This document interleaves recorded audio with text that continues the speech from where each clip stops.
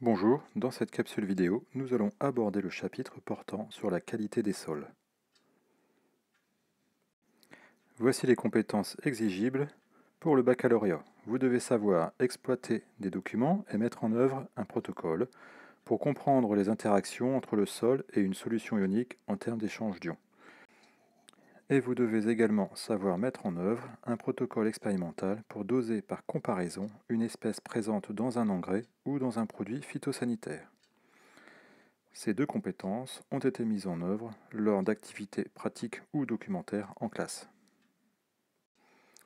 La majorité des agriculteurs en France pratiquent ce que l'on appelle l'agriculture intensive, c'est-à-dire qu'ils utilisent des engrais et des produits phytosanitaires régulièrement qu'ils déversent dans leurs champs.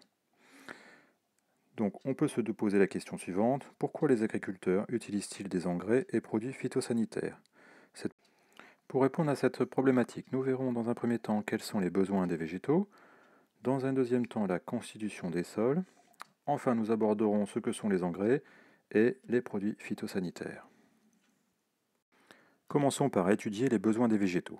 Une plante contient environ 90% d'eau. Le reste constitue ce que l'on appelle la matière sèche. La matière sèche est formée de 9 macroéléments qui sont le carbone, l'oxygène, l'hydrogène, l'azote, le potassium, le calcium, le phosphore, le magnésium et le soufre.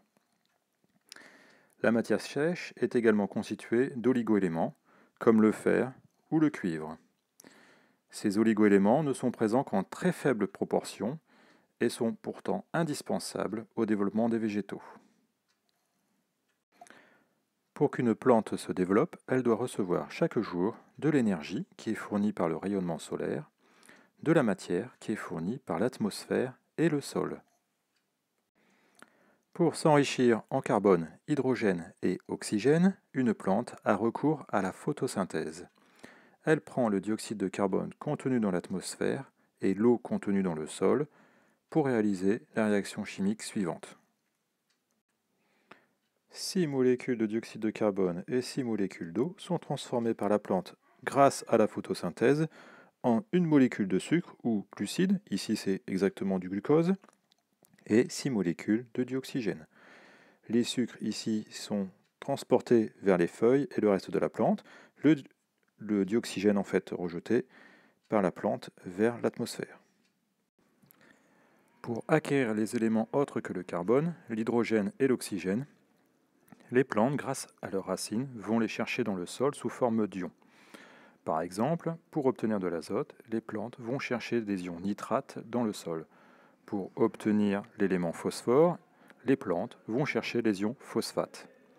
Ces ions existent dans le sol en plus ou moins grande quantité, et lorsqu'un cultivateur estime qu'ils sont en quantité insuffisante pour les besoins des plantes qu'il veut faire pousser, il doit alors les apporter grâce aux engrais.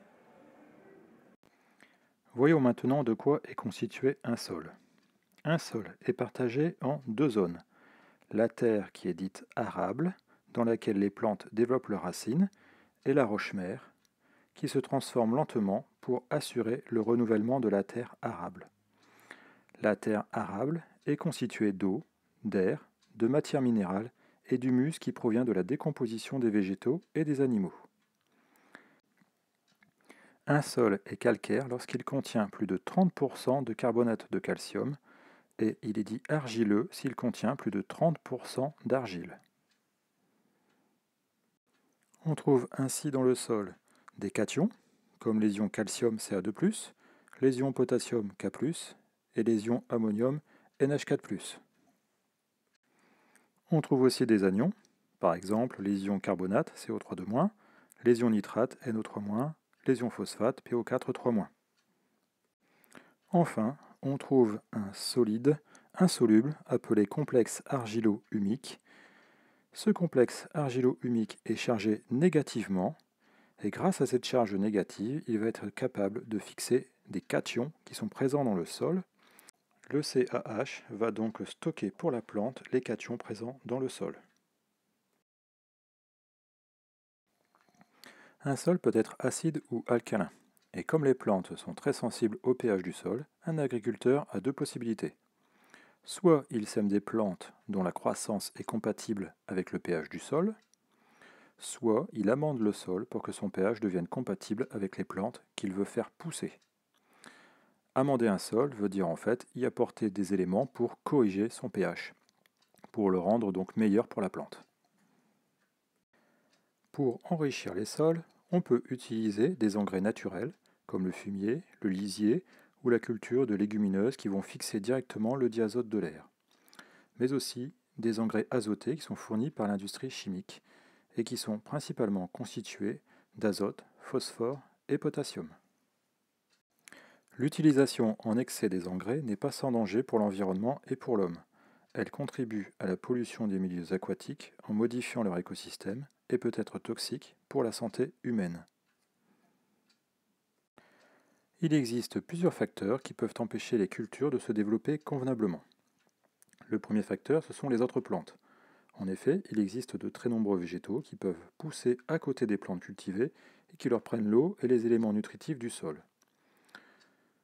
Il y a aussi les insectes qui se nourrissent des plantes cultivées ou qui les empêchent de croître normalement, ou alors ils peuvent les faire mourir avant qu'elles n'aient pu se développer. Les champignons, qui sont des parasites responsables de maladies comme le mildiou pour la pomme de terre, non seulement ils rendent malade la plante sur laquelle ils se fixent, mais ils peuvent être très dangereux si des êtres vivants consomment les végétaux qu'ils ont parasités. Il y a bien évidemment les bactéries et les virus que vous connaissez, et puis il existe aussi les escargots, limaces et autres petits rongeurs. On considère qu'environ un tiers des récoltes mondiales est perdu chaque année à cause de tous ces fléaux. Pour protéger leur culture, les agriculteurs utilisent donc des produits phytosanitaires, qui sont des produits chimiques appelés pesticides, dans la vie courante.